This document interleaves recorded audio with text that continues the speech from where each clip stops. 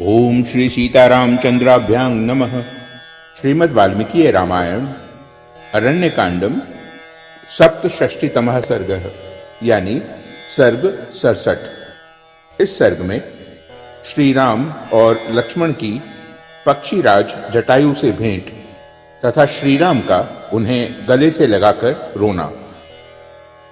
पूर्वजोप्युक्त मात्रस्तु लक्ष्मणेन सुभाषितम् सारग्राही महासारंग प्रतिजग्राह राघवः।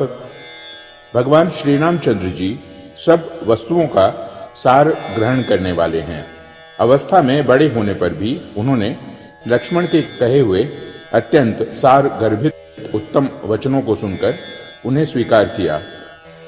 स निगृह्य महाबाहुः प्रवृद्धं रोषमात्मनः अवष्टभ्य धनुश्चित्रं रामो लक्ष्मणं ब्रवीत। तदनंतर महाबाहु श्री राम ने अपने बढ़े हुए रोष को रोका और उस विचित्र धनुष को उतारकर लक्ष्मण से कहा, किं करिष्यावहे वत्स क्व वा गच्छाव लक्ष्मण केनोपायेन पश्यावह सीतामिह विचिन्तय। वत्स, अब हम लोग क्या करें, कहाँ जाएं? लक्ष्मण, किस उपाय से हमें सीता का पता लगे, यहाँ इसका विचार करो। तं तथा परितापार्तं लक्ष्मणो वाक्यं ब्रवीत इदमेव जनस्थानं त्वमन्वेषितुमर्हसि। तब लक्ष्मण ने इस प्रकार संताप पीड़ित हुए श्री राम से कहा, भैया, आपको इस जनस्थान में ही सीता की खोज करनी चाहिए। राक्षसैर बहुभिः कीर्णं नाना द्रुमलतायुतं सन्तीह गिरिदुर्गाणि निर्दराह कंदराणि च। नाना प्रकार के वृक्ष और लताओं से युक्त यह सघन वन अनेक राक्षसों से भरा हुआ है। इसमें पर्वत के ऊपर बहुत से दुर्गम स्थान, फटे हुए पत्थर और कंदराएं हैं। गुहाश्च विविधा घोरा नाना मृग गणाकुलाः आवासाः किन्नराणां च गंधर्व भवनानि च। वहाँ भांति भांति की भयंकर गुफाएं हैं जो नाना प्रकार के मृगगणों से भरी रहती हैं। यहाँ के पर्वत पर किन्नरों के आवास स्थान और गंधर्वों के भवन भी हैं। तानि युक्तो मया सार्धं समन्वेषितुमर्हसि त्वद्विद्या बुद्धि संपन्ना महात्मानो नरषभाः आपस्सु न प्रकंपन्ते वायुवेगैरिवाचलाः। मेरे साथ चलकर आप उन सभी स्थानों में एकाग्र चित्त हो सीता की खोज करें। जैसे पर्वत वायु के वेग से कंपित नहीं होते हैं, उसी प्रकार आप जैसे बुद्धिमान महात्मा नरश्रेष्ठ आपत्तियों में विचलित नहीं होते हैं। इत्युक्तस्तद वनं सर्वं विचचार स लक्ष्मणः क्रुद्धो रामः शरं घोरं संधाय धनुषि क्षुरम्। उनके ऐसा कहने पर लक्ष्मण सहित श्री रामचंद्र जी रोषपूर्वक अपने धनुष पर क्षुर नामक भयंकर बाण चढ़ाए वहां सारे वन में विचरण करने लगे। ततः पर्वत कूटाभं महाभागं द्विजोत्तमं ददर्श पतितं भूमौ शतजार्द्रं जटायुषं तं दृष्ट्वा गिरिशृंगाभं रामो लक्ष्मणं ब्रवीत। थोड़ी ही दूर आगे जाने पर उन्हें पर्वत शिखर के समान विशाल शरीर वाले पक्षीराज महाभाग जटायु दिखाई पड़े, जो खून से लथपथ हो पृथ्वी पर पड़े थे।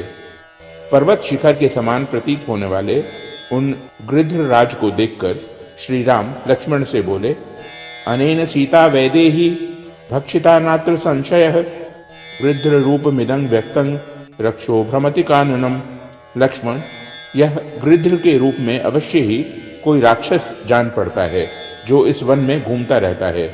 निस्संदेह इसी ने विदेह राजकुमारी सीता को खा लिया होगा। भक्षयित्वा विशालाक्षी मास्ते सीतां यथा सुखम एनं बधिष्ये दीप्ताग्रैः शरैर घोरैर जिह्यगैः। विशाल लोचना सीता को खाकर यह यहाँ सुखपूर्वक बैठा हुआ है। मैं प्रज्वलित अग्रभाग वाले तथा सीधे जाने वाले अपने भयंकर बाणों से इसका वध करूंगा।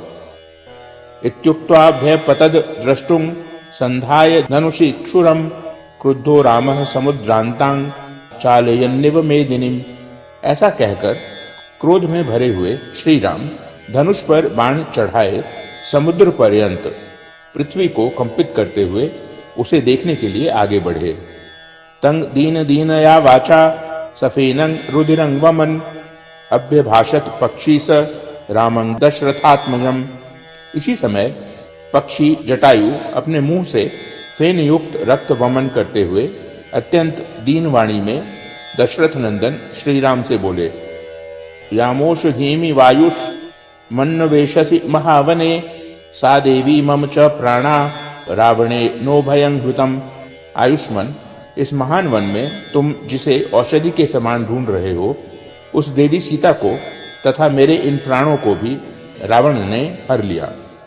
त्वया विरहिता देवी लक्ष्मणेन च राघव ह्रियमाणा मया दृष्टा रावणेन बलीयसा।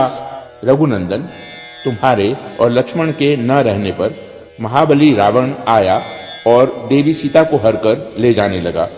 उस समय मेरी दृष्टि सीता पर पड़ी। सीता मभ्यवपन्नोहं रावणस्य रणे प्रभो विध्वंसित रथच्छत्रः पतितो धरणी तले। प्रभो, जो ही मेरी दृष्टि पड़ी मैं सीता की सहायता के लिए दौड़ पड़ा। रावण के साथ मेरा युद्ध हुआ। मैंने उस युद्ध में रावण के रथ और छत्र आदि सभी साधन नष्ट कर दिए और वह भी घायल होकर पृथ्वी पर गिर पड़ा।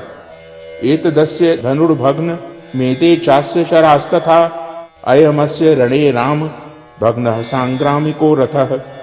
श्री राम, यह रहा उसका टूटा हुआ धनुष, ये हैं उसके खंडित हुए बाण और यह है उसका युद्धोपयोगी रथ जो युद्ध में मेरे द्वारा तोड़ डाला गया है। अयं तु सारथिस्तस्य मत्पक्ष निहतो भुवि परिश्रांतस्य मे पक्षो छित्त्वा खड्गेन रावणः सीतामादाय वैदेही मुत्पपात विहायसं रक्षसा निहतं पूर्वं मां न हन्तुं त्वमर्हसि।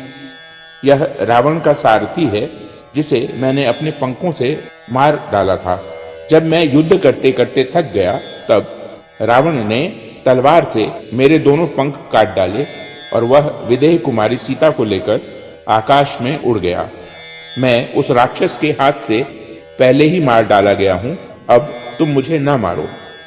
रामस्तस्य तु विज्ञाय सीता सक्तां प्रियां कथां कृध्र राजं परिष्वज्य परित्यज्य महद्धनुः निपपाता वशो भूमौ रुरोध सह लक्ष्मणः द्विगुणी कृत तापार्तो रामो धीरतरोऽपि सन्।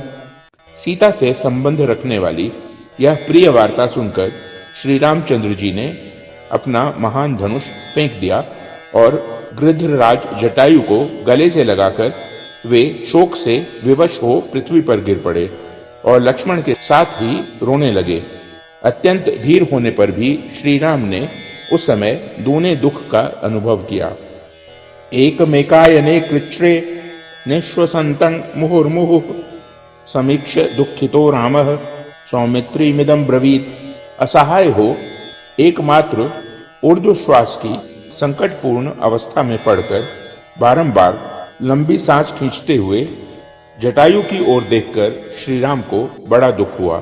उन्होंने सुमित्रा कुमार से कहा, राज्यं भ्रष्टं वने वासः सीता नष्टा मृतो द्विजः ईदृशीयं ममा लक्ष्मीर दहेदपि ही पावकम। लक्ष्मण, मेरा राज्य छिन गया, मुझे वनवास मिला, पिताजी की मृत्यु हुई, सीता का अपहरण हुआ और ये मेरे परम सहायक पक्षीराज भी मर गए। ऐसा जो मेरा यह दुर्भाग्य है, यह तो अग्नि को भी जलाकर भस्म कर सकता है। संपूर्णमपि चेदद्य प्रतरेयं महोदधिं सोपि नूनं ममा लक्ष्म्या विशुष्येत सरितांग पतिः। यदि आज मैं भरे हुए महासागर को तैरने लगूं तो मेरे दुर्भाग्य की आंच से वह सरिताओं का स्वामी समुद्र भी निश्चय ही सूख जाएगा। नास्ते भाग्य तरो लोके मत्तोस्मिन् सचराचरे येने यंग महती प्राप्ता मया व्यसनवागुरा। इस चराचर जगत में मुझसे बढ़कर भाग्यहीन दूसरा कोई नहीं है, जिस अभाग्य के कारण मुझे इस विपत्ति के बड़े भारी जाल में फंसना पड़ा है। अयं पितुर्वयस्यो मे गृध्रराजो महाबलः शेते विनिहतौ भूमौ मम भाग्य विपर्ययात्। ये महाबली गृध्रराज जटायु मेरे पिताजी के मित्र थे, किंतु आज मेरे दुर्भाग्यवश मारे जाकर इस समय पृथ्वी पर पड़े हैं। इत्येव मुक्त्वा बहुशो राघवः सह लक्ष्मणः जटायुषं च पस्पर्श पितृस्नेहं निदर्शयन्। इस प्रकार बहुत सी बातें कहकर लक्ष्मण सहित श्री रघुनाथ जी ने जटायु के शरीर पर हाथ फेरा और पिता के प्रति जैसा स्नेह होना चाहिए वैसा ही उनके प्रति प्रदर्शित किया। निकृत्त पक्षं रुधिरावसिक्तं तं गृध्रराजं परिगृह्य राघवः क्व मैथिली प्राण समागतेति विमुच्य वाचं निपपात भूमौ। पंख कट जाने के कारण गृध्रराज जटायु लहूलुहान हो रहे थे। उसी अवस्था में उन्हें गले से लगाकर श्री रघुनाथ जी ने पूछा, तात, मेरी प्राणों के समान प्रिया मिथिलेश कुमारी सीता कहाँ चली गई? इतनी ही बात मुंह से निकालकर वे पृथ्वी पर गिर पड़े। इत्यार्षे श्रीमद् रामायणे वाल्मीकीये आदि काव्ये अरण्य कांडे सप्तषष्टितमः सर्गः। इस प्रकार श्री वाल्मीकि निर्मित आर्ष रामायण आदि काव्य के अरण्य कांड में 67वां सर्ग पूरा हुआ। ओम।